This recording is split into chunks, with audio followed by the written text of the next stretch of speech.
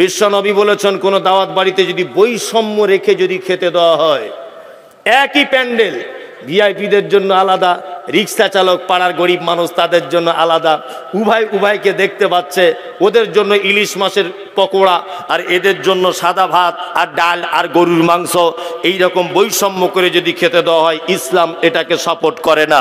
Number 4, আপনাকে কোনো বাড়িতে দাওয়াত করা হলো, আপনি দাওয়াত বাড়িতে ঢুকে গেলেন, গিয়ে দেখছেন দাওয়াত বাড়ি যে ঘরে আপনাকে বসতে দেওয়া হলো সেই ঘরের ভিতরে ছবি মূর্তি টাঙানো আছে, তাহলে আপনাকে ফেরত চলে আসতে হবে। নাম্বার 6, আপনাকে কোনো দাওয়াত বাড়িতে দাওয়াত করা হলো, আপনি গিয়ে দেখছেন সেই দাওয়াত বাড়ির ভিতরে ঢোল তবলা বাজছে, গান বাজছে, ডিজে বাজছে, তাহলে আপনাকে ফেরত চলে আসতে হবে। আমাদের তো কোনো বিবাহ শাদী বিনা ডিজেতে আজকাল হয়ই না, গান বাজনা ছাড়া হয় না। 5টা ভালো কাজ আপনাকে বলবো, 4টে বলা হয়ে গেল। নবীজি বলেছেন অতাসমিতুল আতেশে, অতাসমিতুল আতেশ, হাঁচি হলে কি বলতে হয়? আলহামদুলিল্লাহ। আলহামদুলিল্লাহ যে শুনবে সে কি বলবে? ইয়ারহামুকাল্লাহ। ইয়ারহামুকাল্লাহ যে শুনবে সে কি বলবে? ইয়াহদিকুমুল্লাহ ওয়া আসলিহু বালাকুম। এই 3 পর্যায়ের উত্তর আপনাকে দিতে হবে। 5টা ভালো কাজ বলে দিলাম, মানবেন না মানবেন ওটা আপনার ব্যাপার। তবে হযরত মুহাম্মদ সাল্লাল্লাহু আলাইহি ওয়াসাল্লামের হাদিস বাংলায় অনুবাদ করে দিলাম 5টা। 1 পরিচিত অপরিচিত মানুষকে সালাম দিবেন। 2 অসুস্থকে দেখতে যাবেন। 3 জানাজার সালাত আদায় করবেন। 4 বৈধ দাওয়াত কবুল করবেন। 5 হাঁচি হলে উত্তর দিবেন। যে কাজ কথা বলতে বলতে এতদূর পর্যন্ত এলাম, আল্লাহ তাআলা আমাদেরকে পাঠিয়েছেন কেন পাঠিয়েছেন? ওমা খালাকতুল জিন্না ওয়াল ইনসা ইল্লা লিয়াবুদুন, শুধুমাত্র তার ইবাদত, তার বান্দিগি করার জন্য। এখন আমরা ইবাদত বলতে কি বুঝি? ইবাদত বলতে কি বুঝি এবার আপনাকে বলি। আমরা ইবাদত বলতে বুঝি নামাজ পড়া, রোজা রাখা, হজ করা, যাকাত দেওয়া, এইগুলোই ইবাদত, তাই তো? জি না। এইগুলো যদি ইবাদত হবে তা আরো আনুষঙ্গিক যে কাজগুলো আছে এগুলো কি? এটা আপনাদের জানা আছে? এটা আমি সব জায়গাতে বলি। 1 গ্লাস পানি পান করতে গেলে কটা সুন্নত লাগে? একজন বলছেন 4টা, একজন বলছেন 5টা, একজন বলছেন 6টা। ওই ভাই বললেন 4টা। জি না, 1 গ্লাস পানি পান করতে গেলে 6টা সুন্নত লাগে। কটা? 6টা। জেনে যান। 1, দেখে পান করতে হবে, পানিটা দেখে পান করতে হবে। 2, বসে পান করতে হবে।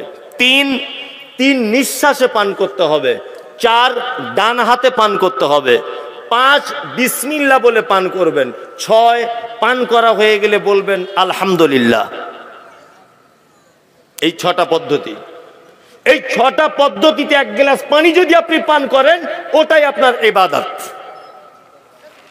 জি, আপনি ভাত খেতে বসেছেন, আল্লাহর নবী বলেছেন ভাত খাবার আগে তুমি একটা দস্তরখান ফেলে নাও। বিশ্ব নবী বলেছেন তুমি যখন ভাত খাবে তোমার থালা বা তোমার বাসনের মাঝখানে যেন হাত মেরে দেবে না, কারণ মাঝখানে আল্লাহর রহমত বর্ষণ হয়, আল্লাহর করুণা বর্ষণ হয় প্রত্যেক পাত্রের মাঝখানে। নবীজি বলেছেন তুমি যখন হাত দিবে এক সাইডে তুমি হাতটা ভালো করে মাখিয়ে নাও। নাম্বার 3 আঙুল দিয়ে ভাত মাখিয়ে খাওয়ার চেষ্টা করবেন। 4 নম্বর, একটা হাঁটু এরকম তুলে আর একটা হাঁটু ভাঁজ করে ভাত খেতে বসবেন, এটা নবীজির সুন্নত। আর একটা সুন্নত হলো 2টো হাঁটু উঁচু করে বসতে পারেন, এটাও একটা হাদিসে রয়েছে।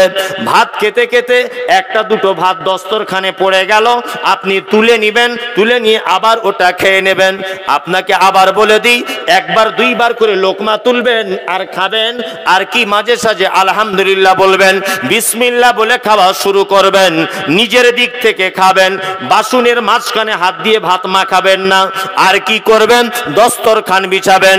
6 নম্বরে, ভাত খাওয়া হয়ে গেলে একটা দোয়া রয়েছে, আল্লাহর নবী শিখিয়ে দিয়েছেন, আলহামদুলিল্লাহিল্লাযী আতামানি ওয়াসাকানি ওয়াজআলনি মিনাল মুসলিমিন। এই দোয়াটা পড়ে যদি আপনি ভাত খাওয়া শুরু করা আর ভাতের শেষ পর্যন্ত যদি এই পদ্ধতিতে যদি খেতে পারেন, তাহলে আল্লাহর নবীর কথা অনুযায়ী ওটা আপনার ইবাদত বলে গণ্য করে নেওয়া হবে। ওটা ইবাদত বলে গণ্য করে দেওয়া হবে। ইবাদতের জন্য মানুষকে পাঠানো হয়েছে, এটা এই পর্যন্ত বাদ দিয়ে দেন, আর এই ব্যাপারে বলছি না। নাম্বার 2, লিইউযহিরাহু আলাদ দীনি কুল্লি। আল্লাহ বলছে পৃথিবীতে তোমাদেরকে পাঠানো হলো প্রত্যেক মতাদর্শের উপরে ইসলাম শ্রেষ্ঠ, এইটা প্রমাণ করার জন্য তোমাদেরকে পাঠানো হয়েছে। আচ্ছা, এবার একটা মজার কথা বলি, শিক্ষিত মানুষেরা খুব ভালো বুঝতে পারবেন। আচ্ছা বলুন তো দেখি, রাস্তা দিয়ে চলতে গেলে আমরা ডান দিকে চলি না বাম দিকে চলি? বাম দিকে চলি। এখন যদি আপনি মোস্তানি করে বলেন যে হাদিসে আছে আল্লাহ নবী বলেছে ডান দিকে চলতে হবে, হাদিসে কোন দিকে আছে? ডান দিকে। তাহলে আপনি যে চলেন বাম দিকে, আপনি যদি এখানে একটা মোটরসাইকেল নিয়ে ন্যাশনাল রোডে যদি বলেন আমি এখন হাদিস মানবো, ডান দিকে যাব, আপনি যদি অ্যাক্সিডেন্ট হয়ে যান, তাহলে সরকার বা গাড়ি ইন্স্যুরেন্স কোম্পানি বা পাবলিক কেউ আপনার সাপোর্ট করবে? কেউ সাপোর্ট করবে না। তাহলে এইখানে ইসলাম শ্রেষ্ঠ, ইসলামের মতাদর্শ সর্ব উন্নত মানের, এটা আপনি কি করে পদক্ষেপ নেবেন? এটা কি সম্ভব এই সিচুয়েশনের মধ্যে? একদমই সম্ভব নয়, একদমই সম্ভব নয়। আমার দেশের গ্রাম্য পঞ্চায়েত থেকে দেশের রাষ্ট্রপতি পর্যন্ত প্রতিটা মানুষ কোরআন হাদিসের বিপক্ষে, বিপক্ষে নয়। তাহলে আপনি এইখানে কি করে হাদিস কোরআন শ্রেষ্ঠ এটা প্রমাণ করবেন? এটা সম্ভব? সম্ভব নয়। এখন একটা জিনিসের মাধ্যমে আপনাকে প্রমাণ করতে হবে, আমি যা গবেষণা করে পাচ্ছি অল্প বিদ্যাতে, একটা জিনিসের মাধ্যমে আপনাকে কি করতে হবে? ইসলামকে কায়েম করতে হবে। সেটা হচ্ছে এই আপনার বডিটাকে দিয়ে। আপনার বডি, যদি বলছেন বডিটা কেমন করে, আপনাকে ইসলাম কায়েম করতে গেলে একটা পদ্ধতি বলে দিচ্ছে, শুনে নেন। বিডিও অফিসে সবাই লাইন দিয়ে দাঁড়িয়ে আছে, সবাই চৈত্র মাসের প্রখর রোদ্দুর, সবাই যখন পানি পিপাসা লাগছে দাঁড়িয়ে ধক ধক ধক ধক ধক ধক করে বোতল নিয়ে পানি পান করছে। আপনি তাড়াতাড়ি করে, আপনার যখন পিপাসা লেগে যাবে, এক বোতল পানি নিয়ে সাইডে গিয়ে একটু বসে 3 নিঃশ্বাসে পানিটা পান করুন। আর একজনের মনে প্রশ্ন জেগে যাবে এটা, যে এতগুলো মানুষ দাঁড়িয়ে দাঁড়িয়ে পান করলো, আব্দুল্লাহ ভাই তুমি কেন বসে পান করলে? তখনই আপনি বলুন এই পান করার কথা বলেছেন বিশ্ব নবী মুহাম্মদ সাল্লাল্লাহু আলাইহি ওয়াসাল্লাম। তাহলে একটা সুন্নত প্রতিষ্ঠিত করা আপনার বডিকে দিয়ে আপনি শুরু করুন, আপনার বডিটাকে দিয়ে। নাম্বার 2, আল্লাহ সুবহানাহু ওয়া তাআলা বলছেন লিইউযহিরাহু আলাদ দীনি কুল্লি, পৃথিবীর সমস্ত ভ্রান্ত মতবাদ থেকে ইসলামের কোরআন এবং হাদিস সত্য, এটা প্রমাণ করে দিতে হবে। আমি মুমতাজুল ইসলাম এটা প্রমাণ করতে গিয়ে এখন বাড়ি ঢুকতে পারছি না, বুঝলেন না? বাড়ি ঢুকতে পারছি না। শুধু একটা জায়গাতে আমার মিস্টেক, যেটা যদিও সত্য কথা, সেটা হচ্ছে এই ভাষাগুলো যদি আমাকে কোনো হিন্দু ভাই বলতেন মেনে নেওয়া যেত। একজন বড় বড় দাড়িওয়ালা লোক, বড় টুপিওয়ালা লোক, বড় পাঞ্জাবিওয়ালা লোক স্টেজে উঠে আমার নাম করে বলছে মুমতাজুল ইসলামের যেদিন জন্ম হয় সেদিন ওর বাপ বাড়ি ছিল না, ও বেজম্মা। এই ভাষা ব্যবহার করছে কে? একজন হুজুর। হুজুরের আমি এটাই বিরোধিতা করেছি। হুজুর বলছিলেন বক্তব্য রাখতে রাখতে এই কথা যে আল্লাহর নবী সাল্লাল্লাহু আলাইহি ওয়াসাল্লাম ফুরফুরা শরীফে নাকি এসেছিলেন। আমি বলেছি এটা একদমই মিথ্যা কথা, হতে পারে না। আল্লাহর নবী ফুরফুরা শরীফে আসতে যাবে কেন? এই কথাটা মাত্র আমার অপরাধ, এইটা আমার অপরাধ। আজকে আবার একটা নতুন কথা বলে দিয়ে যাচ্ছে সোশ্যাল মিডিয়াতে, কালকে দেখবেন আবার আমার গালাগালি শুরু হবে। সোশ্যাল মিডিয়াতে ওরা বক্তব্য রাখতে রাখতে হুজুরেরা বলেছে যে ইমাম মাহাদি নাকি ফুরফুরা শরীফে আসবে। আমি মুমতাজুল ইসলাম এটা বলছি যে একেবারে 100 নয় 102% বললেও মিথ্যা হবে না, একেবারেই মিথ্যা। ইমাম মাহাদি আর জায়গা পেল না, ওইখানে আসবে ইমাম মাহাদি। আমি বলেছি তাবিজ ব্যবসা ইসলামে নেই, তাবিজ হারাম। আমি বলেছি মাজার পূজারি ইসলামে নেই, এটা হারাম। হযরত মুহাম্মদ সাল্লাল্লাহু আলাইহি ওয়াসাল্লাম থেকে শুরু করে আবু বকর, ওমর, উসমান, একজনেরও মাজার হলো না। পৃথিবীতে যদি মাজারের যদি পদ্ধতি থাকবে, পৃথিবীর সবথেকে দামি মানুষের নাম কি? মুহাম্মদ সাল্লাল্লাহু আলাইহি ওয়াসাল্লাম পৃথিবীর সবথেকে বড় মানুষ, মক্কা থেকে ঘুরে এসেছেন। প্রিন্সিপাল সাহেবকে একবার জিজ্ঞাসা করে বলুন যে আপনাকে ওখানে পুলিশ দাঁড়াতে দিয়েছিল? একদমই দাঁড়াতে দেয় না।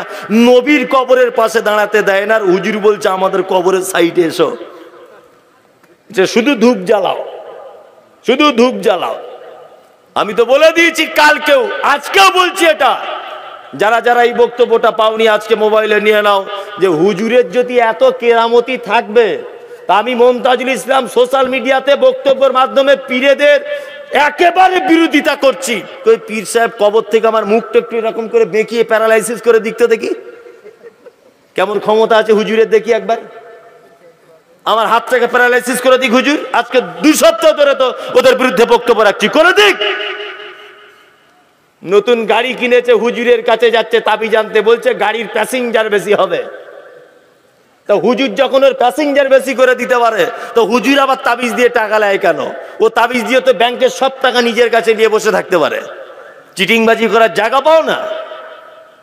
আরে বোকা মানুষ বোঝে, শিক্ষিত মানুষ তাও বোঝে না।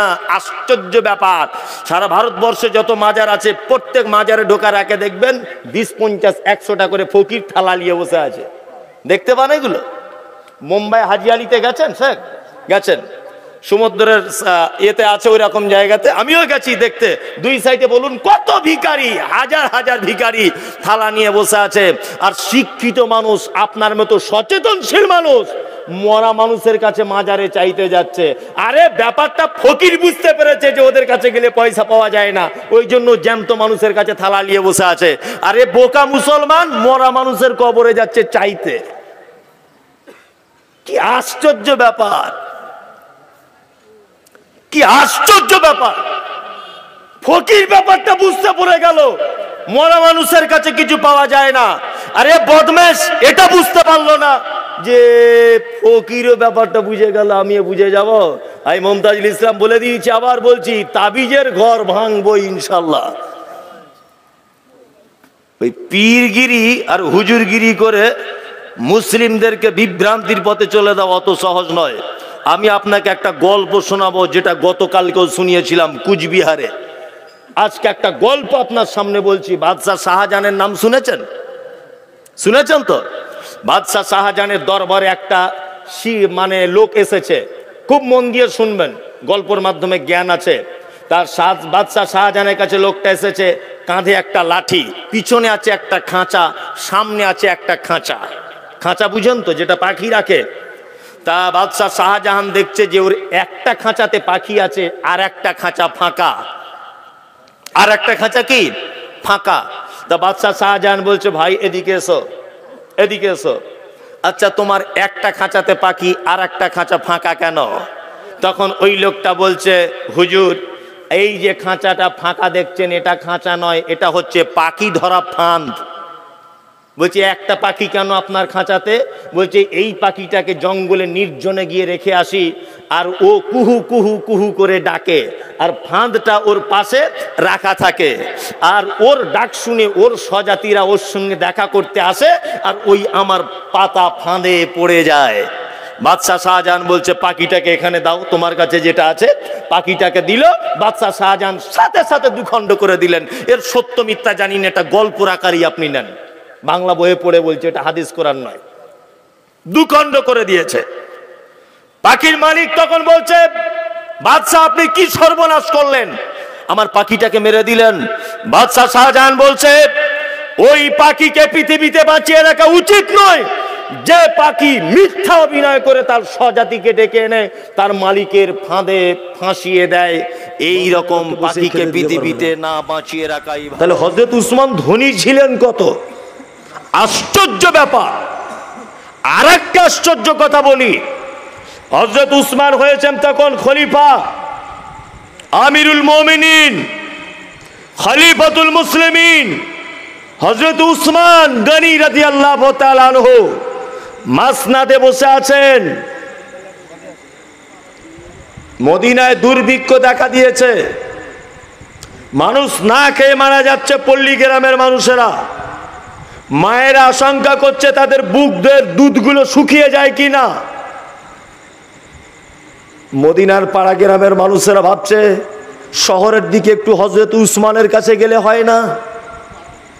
তারা সব পাড়া গ্রাম থেকে আস্তে আস্তে করে কেতা কম্বল গুটিয়ে মদিনার মরুভূমির প্রান্তে তাঁবু টাঙিয়ে বসে আছে আমিরুল মুমিনিনের সঙ্গে দেখা করবে বলে।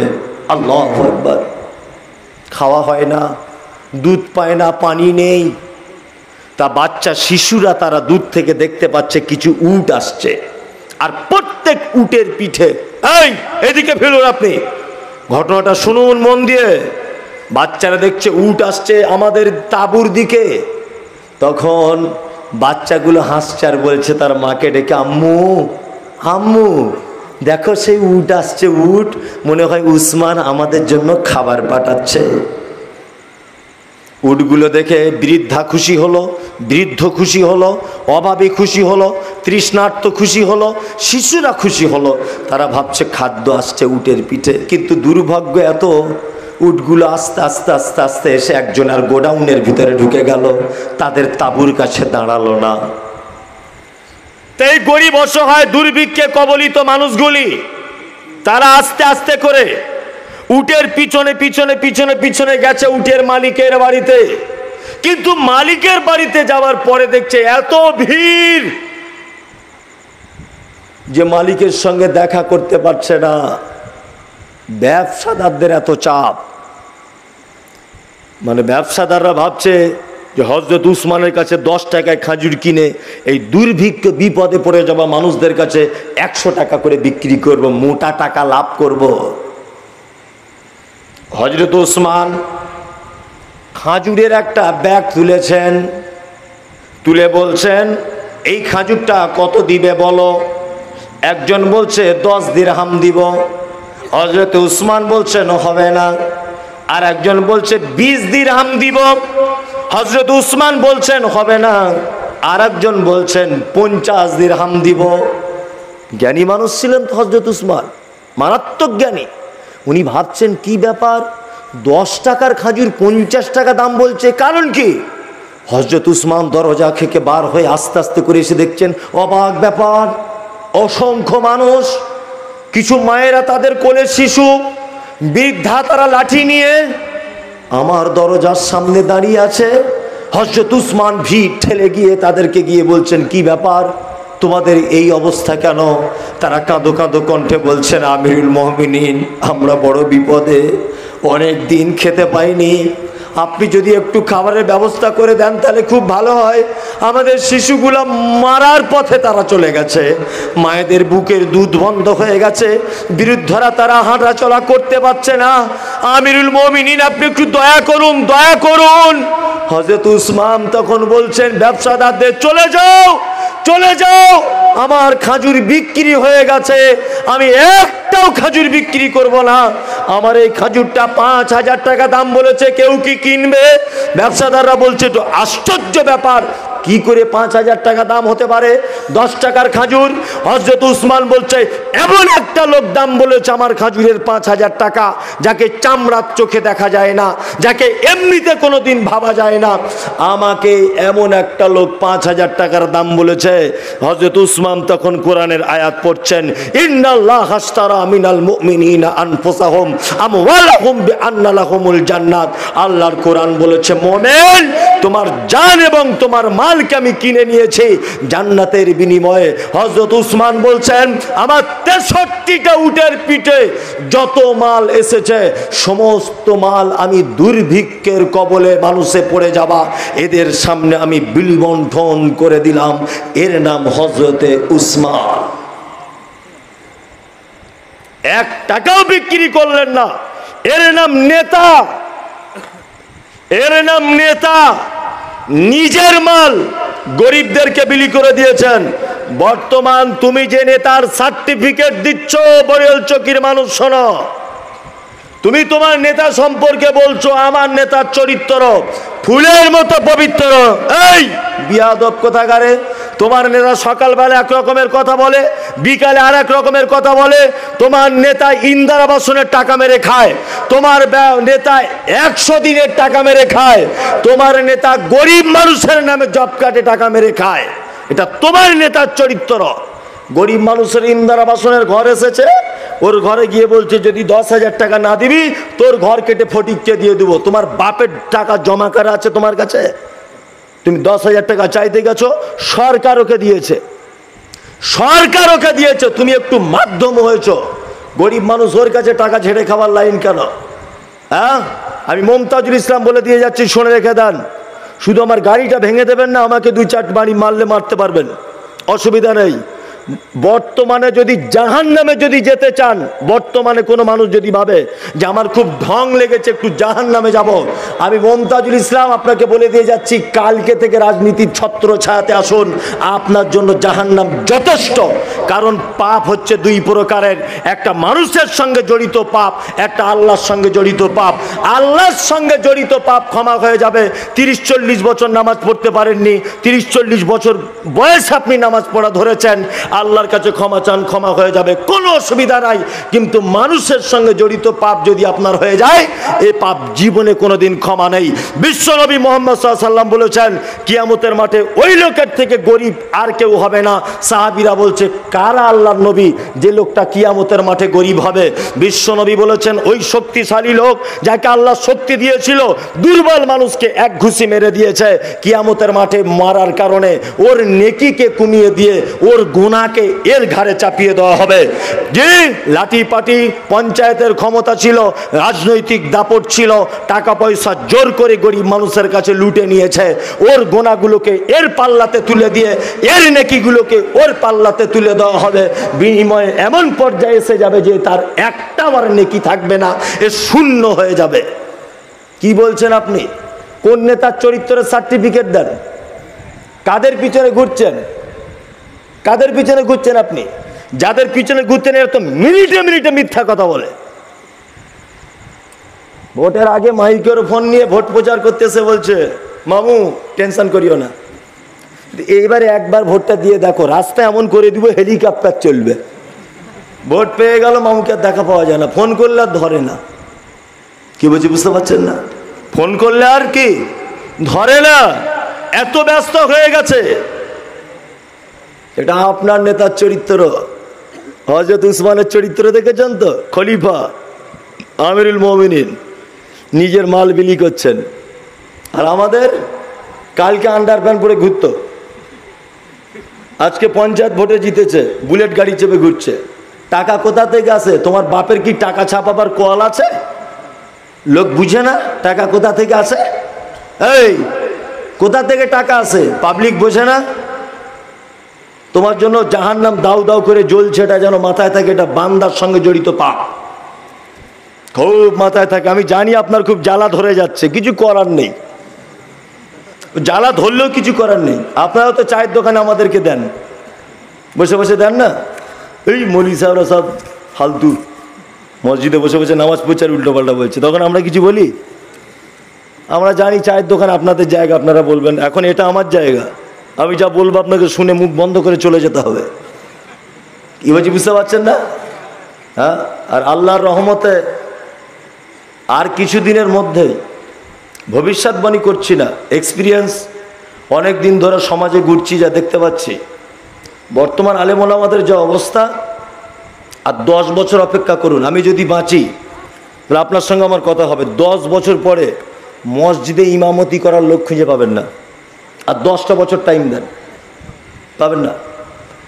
পশ্চিমবাংলার সাহেব যে মাদ্রাসাগুলো আছে নিজামিয়া, সব ঝাড়খণ্ডের ছাত্র আর ঝাড়খণ্ডের মৌলানারা এসে পড়াচ্ছে। বাংলার আছে বড় বড় সাইকুল হাদিস, বাংলাতে আর দেখতে পাওয়া যাচ্ছে? যাচ্ছে বলুন? খুব কম। এই এনাদের মতো যা আছে 2-4 জন মানুষ, এনারা মারা যাবার পরে শেষ। বাংলাতে আর বড় আলেমের আশা আপনি করতে পারবেন না। পারবেন? করতে পারবেন না। ভগলদিঘি মাদ্রাসায় খোঁজ নিয়ে দেখুন, সব বিহারিরা দখল করে রেখেছে। হ্যাঁ, ঠিক বলছি কি না? বাঙালি খুঁজে পাওয়া যায়? যাবে না। আগামী দিনে ইমাম খুঁজে পাবেন না আপনি। তার একটা বড় কারণ, এদের সঙ্গে সমাজের মানুষ অন্যায় অবিচার করছে। এর কারণে ইমাম মুয়াজ্জিন মৌলভী সাহেবদের উপরে যা অন্যায় অত্যাচার হচ্ছে, এই কারণে মানুষ ইমামতি থেকে দূরে চলে আসছে। আমার একটা ছেলে আছে, আমার যে গাড়িটা চালিয়ে আনছে ড্রাইভার, ও একজন আলেম, মনিরুল ইসলাম, ভালো আলেমও, এখন আমার গাড়ি চালায়, আমার সঙ্গে থাকে। তা মসজিদ ইমামতি করতে এদিকে কোথায়, তোকে বললাম ইমামতি ছেড়ে দিলে কেন? যে ভাই এমন অবস্থা, বাড়ি বইয়ের সাথে ঝগড়া হচ্ছে, আমাকে এসে গরম দিয়ে কথা বলছে। কি বলছি বুঝতে পারছেন না? এই যে এই যে এই যে ছেলেটা দেখতে পাচ্ছেন তো, বহুত দূরে বাড়ি, এখান থেকে 50 কিলোমিটার দূরে। এই যে ছেলেটা আজকেই আমাকে বলছিল যে মৌলানা মসজিদ ছেড়ে দিয়েছি, ধিৎকারে আর টিকতে পারলাম না, ধিৎকারে টিকতে পারলাম না। ও এসেছে সেই জঙ্গিপুরের ওদিক থেকে, আরও লালগোলা, ও ক্যামেরা করতে এসেছে লালগোলা থেকে, আর ওরা এসেছে যে ধুলিয়ান ফারাক্কার ওখান থেকে। আপনারা ওদেরকে উল্টোপাল্টা কেন বলছেন? আমার বক্তব্যগুলো আম গাছের তলায়, জাম গাছের তলায়, এমনি মাছগুলো শোনেন কোথা থেকে? এদের মাধ্যমেই তো শোনেন। তাই একটু কিছু ত্যাগ করুন, ওদেরকে বেশি গালাগালি দিয়েন না, ওরা অনেক দূর থেকে এসেছে।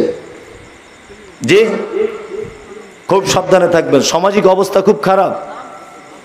ইমাম সাহেব ইমামতিদেরকে এত ছোট চোখে আমরা দেখছি যে বেচারীরা বাধ্য হচ্ছে, রাজমিস্ত্রি কাজে চলে যাচ্ছে, ভরি ভরি ইমাম সাহেবরা,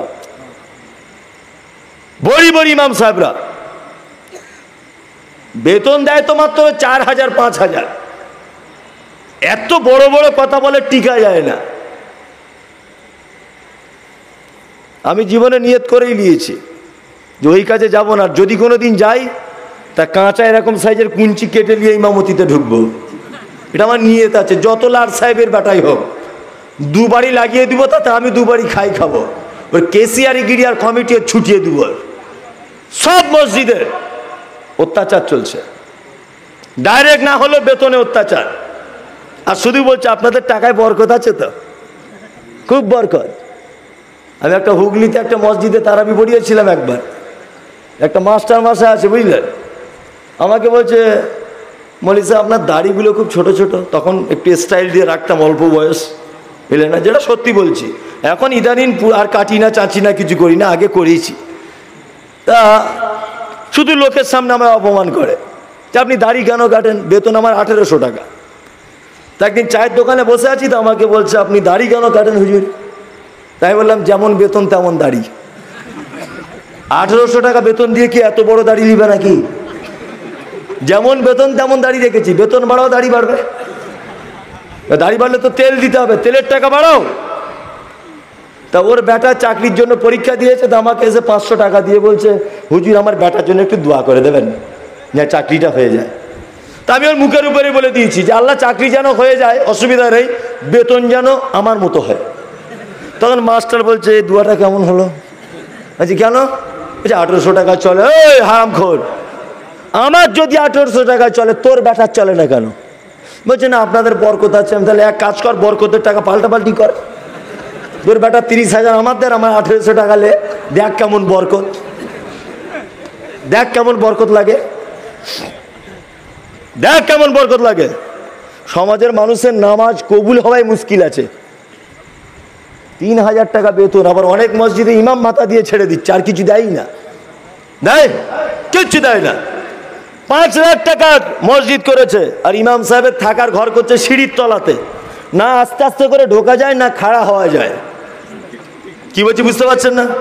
মার্বেল পাথর লাগিয়েছে, সব ঠিক। ইমামের বেতন চাইতে গেলে মুখটা ইংরেজি 5-এর মতো হয়ে যায়। এ কেমন? খুব সাবধানে থাকবেন। সালাত যার পিছনে আদায় করে জান্নাত যেতে চাইছেন, তাকে একটু ভালোবাসতে হবে না? হবে কি হবে না? যারা মসজিদ মাদ্রাসার কমিটিতে আছে, কিয়ামতের মাঠে বুঝবেন হিসাব কার বলে। সাংঘাতিক হিসাব আপনাদের জন্য হবে। এই বেইনসাফি করার জন্য মিনিমাম 12,000 টাকা বেতন দিতে হবে, 24 ঘন্টা ডিউটি করেও হিসাব করে বেতন দিবেন।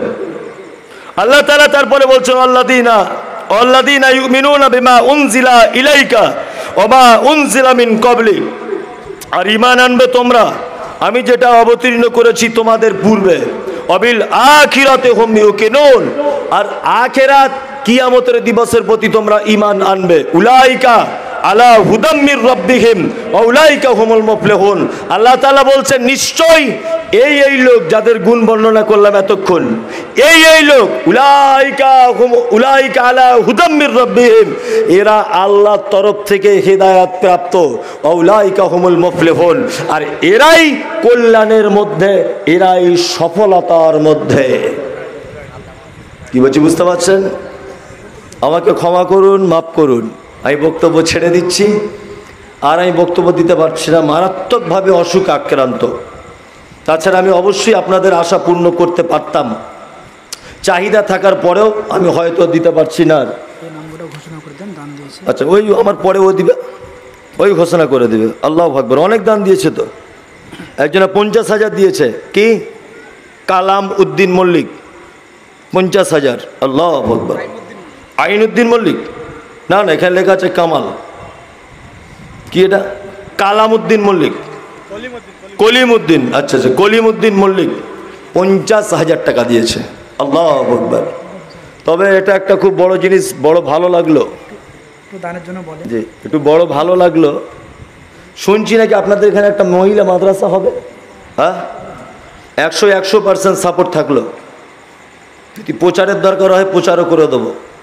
মহিলা মাদ্রাসা সমাজে এমার্জেন্সি দরকার। সমাজে যত এত বদমাইশি, রাহাজানি, খুন, ধর্ষণ যা কিছু হচ্ছে তার একটা কারণ সমাজে ভালো মায়ের অভাব। কি বলছি বুঝতে পারছেন? ভালো মায়ের অভাব।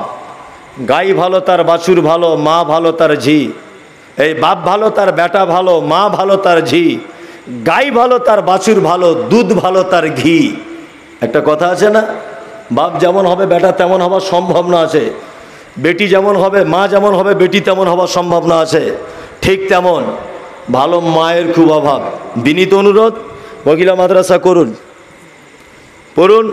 আমার তরফ থেকে সমস্ত রকমভাবে সাপোর্ট করব।